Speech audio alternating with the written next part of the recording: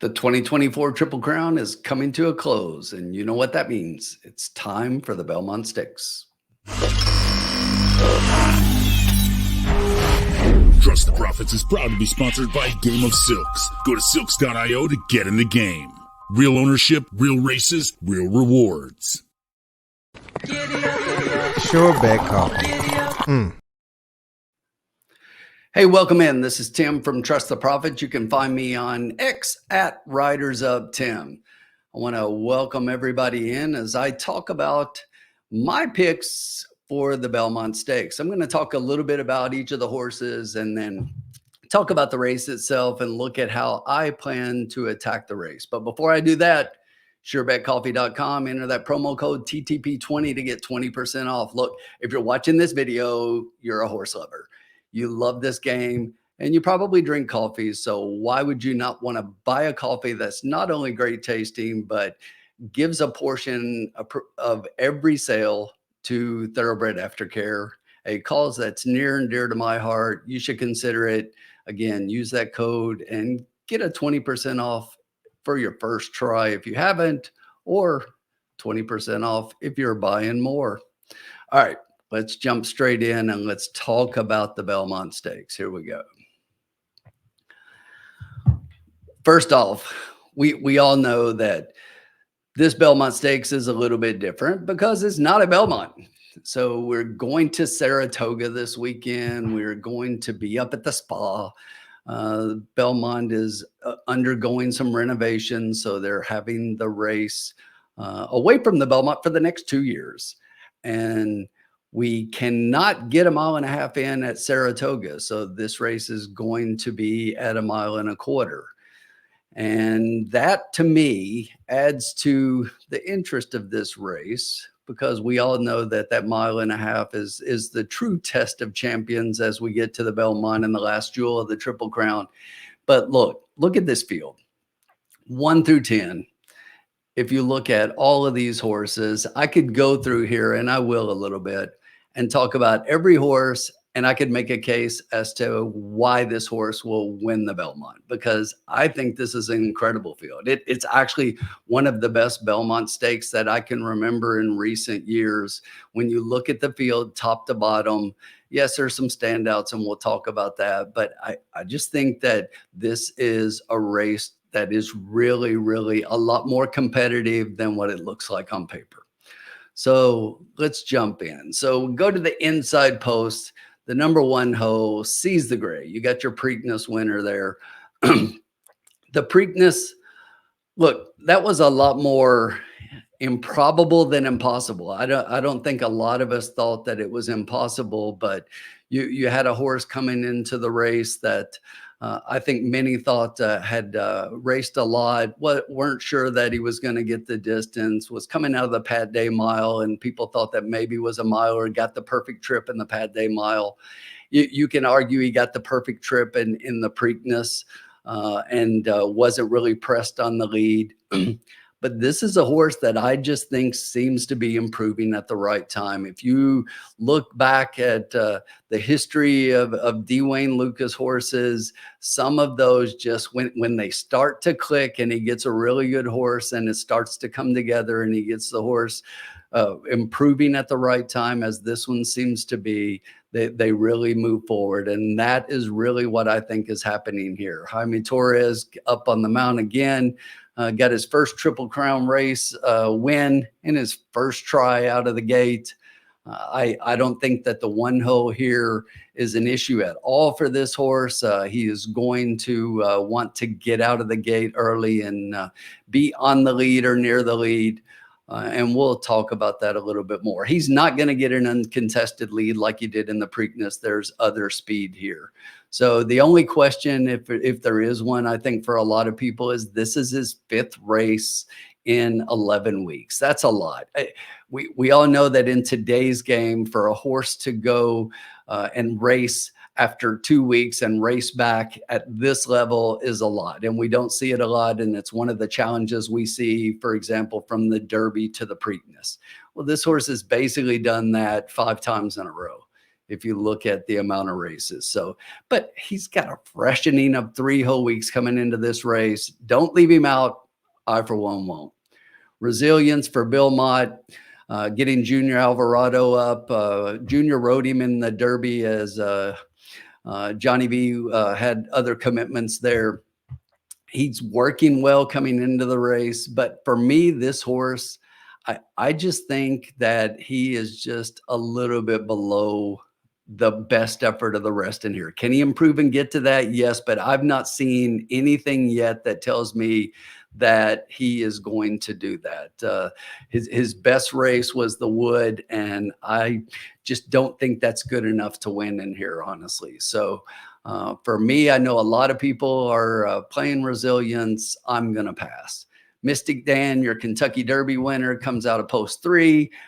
Brian Hernandez Jr. up for Kenny McPeak.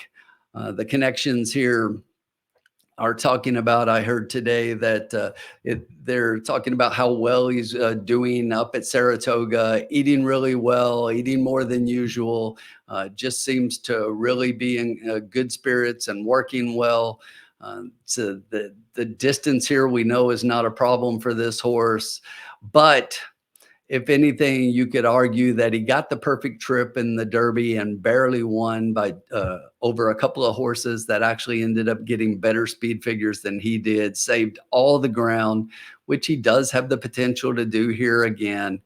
But even with that trip, I'm just not sure that he's not going to regress a little bit here. You could argue that in the Preakness, he still came off of that Derby effort and maybe didn't like the track. He still finished second there, but I'm just not sure that this horse is a win candidate for me.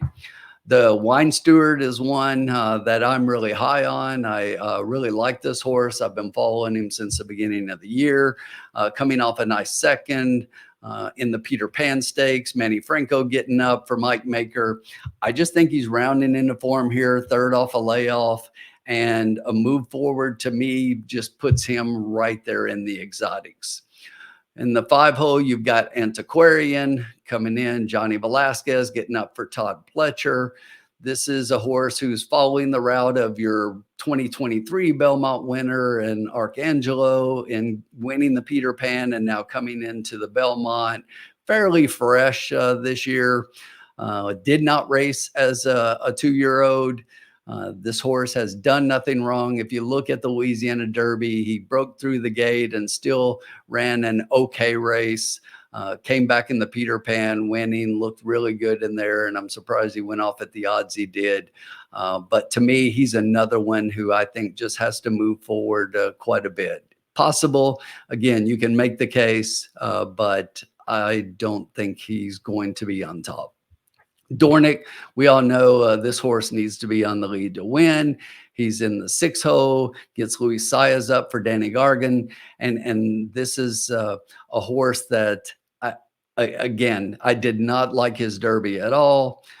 Did not get out of the gate. He should have been in the position where maybe Mystic Dan was, and it didn't seem to get out of his post in the Derby, and I'm not sure that he is good enough to win this race. He's a horse that I've kind of been fading and haven't been on for a while. I've not been a fan of the horse, and that's not going to change here. I just think he seems to be headed the wrong way since the Fountain of Youth, and I am going to pass. He is going to be out early and contesting the lead, and I'll talk about that here in a second. Protective in the 7-hole, you're getting Tyler Gaffleone up for Todd Pletcher, coming out of a nice third in the Peter Pan. Before that was third in a Wood Memorial. So you're looking and thinking this horse has to be really good, but he's yet to cross the finish line in first. Of the 10 horses in here, this horse is still a maiden. Yes, those 2 races I just mentioned were decent. The finishes were okay. But I can't take a horse to win over this group of grade 1 horses who all have wins. So I am going to pass on Protective. Honor Marie is a horse I have loved all year long. For Whit Beckman, Obviously, we all know that Ben Curtis was injured earlier in one of his mounts and is not going to be able to ride. He's out for a few weeks, so they're going to get Florent Giroux up.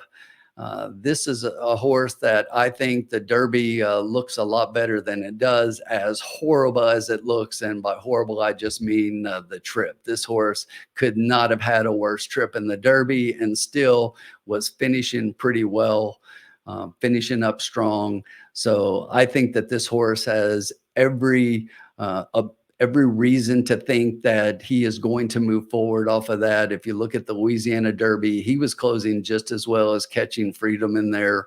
And this is a horse that I really like to play in the exotics here. Sierra Leone, obviously your 9-5 favorite for Chad Brown in here. Flavien Prat now gets the ride from Tyler Gaffalione. And here's the thing about Sierra Leone. This may be the absolute best 3-year-old in the country. Maybe. Is a couple of noses short of being undefeated and 5 for 5. Is a strong closer and probably was closing best of all in the Derby, but this horse just likes to find trouble. And when I'm looking at a 9-5 favorite in a race like the Belmont, I'm going to try to find a way to beat him. And I think you could write a book on the reasons that you can fade Sierra Leone. So all of the aforementioned things, the change from Pratt to Tyler Gaffalione, they're changing the bit to try to help the jockey be able to guide the horse and keep him from lugging in. He paddles a little bit in the front left, which makes him, is what causes him to move in a little bit on the lugging in. I think there is just case after case to be made. And plus, I'm not a fan of playing horses that like to come from so far back at Saratoga. So while Sierra Leone is definitely a horse to be feared in here, I'm going to try to make the case to beat him. Mind frame. Todd Pletcher, Micropoli gets Irad Ortiz up. If you were watching Saratoga on Thursday, you saw that Irad was injured in a gait incident, took the rest of his rides off, did have x-rays and an MRI, and I just saw before recording this that those all came back negative. There is no damage there, so he should be cleared to ride for tomorrow. Everything looks good for him to be on mind frame as scheduled for Saturday. I don't think there'll be any changes there. Let's talk about the horse. This horse is not only 2 for 2, did not race as a 2-year-old, lightest race horse in the entire field, but has been very impressive in his 2 races so far. This horse, when you look at the speed figures that he threw up in his debut, those are the kinds of speed figures you see from super horses. And you can mention horses like Justify or Flightline, and that's these kinds of numbers. And I'm not saying by any means that Mindframe is those horses, but I am saying that Mindframe could be those horses. We don't know yet. Obviously, Mindframe hasn't been up against that type competition, but here's the opportunity. So this is a horse that like Seize the Gray, and Dornoch likes to be on or near the lead. So here's your pace scenario in this race. You've got Seize the Gray inside in the 1, Mindframe outside in the 10, and right up the middle, you've got Dornoch the 6. So I can see a scenario to where inside and outside horses, when they're both trying to go to the lead, tend to pull everybody along with them and kind of create a hot pace very often. You add in the fact that the horse up the middle is going to be doing that, and I think it actually increases the possibility that that happens here. I will say this. We all kind of think that Dornoch has to have the lead to win. So I think he'll get it here because Mindframe and Seize the Gray both have proven that they are horses who can be just off the pace. So that's what I anticipate happening, is those 2 horses being just off of Dornoch and getting first jump whenever they decide to move. So here's the horses that I like. My top pick, I'm actually going to play against Sierra Leone, you can see I'm going to play Sierra Leone underneath. And here's why. I'm going to play against the chalk from being on top and hoping I can beat it. But for all of the aforementioned reasons that I said, not just pulling a rabbit out of a hat and hoping I can get the best horse to finish second. I just think that there are enough reasons to believe that this horse can finish second and can be beaten. And I'm going to take those 2 speed horses that I talked about to do it. I'm going to take the 1 Seize the Gray and the 10 Mind Frame. Seize the Gray, I think, is the Rodney Dangerfield of horse racing right now. No respect. Coming off of a nice win in the Preakness after a great win in the Pat Day Mile on Kentucky Derby Day, and is 8-1 in this race. Dwayne Lucas knows how to get horses ready. We all are aware of that. I just think this horse is coming into his own, and I cannot leave him off my ticket. Mind Frame, this is a horse that I think is potentially, as I mentioned, maybe a super horse. And that's why I'm playing these 2 horses. I think they either win or they're not there. So I'm going to go for the win with Sierra Leone underneath. And then 3 horses that I like to round out my trifectas are Mystic Dan, the Wine Steward, and Honor Marie. Those are all horses that I think are going to be right there. I think those 3 horses are legitimate in this race. I just think when you look at those 3 above, that they're just a step below those 3 horses. And this is the way I'm going to play it. So I'm going to play an exacta 110 with the 9, and then a trifecta 110 with the 9, with the 3, 4, and 8. So there you have it. That's the way I plan to attack the Belmont. It's definitely going to be a great day of racing. I mean, the fact that we're at Saratoga, getting that plethora of grade 1 races at the Saratoga track, I think it's going to be a great day of racing. We got several people from Trust the Profits channel up there at Saratoga. If you happen to run into them, make sure you say hello. Like the video, make sure you consider subscribing to the channel. We got a lot of things coming out here leading up to the Belmont. Make sure you check those videos out as well. Leave me a comment. Let me know who you like. What do you think of my picks? Tell me I'm crazy. I'm okay. I'm used to hearing it. Kind of crazy anyway. But really wishing everyone a great Belmont weekend. I think having the Belmont at Saratoga, while we understand the pageantry of having the Triple Crown in those places, and we love keeping that, keeping the sanctity of that Triple Crown.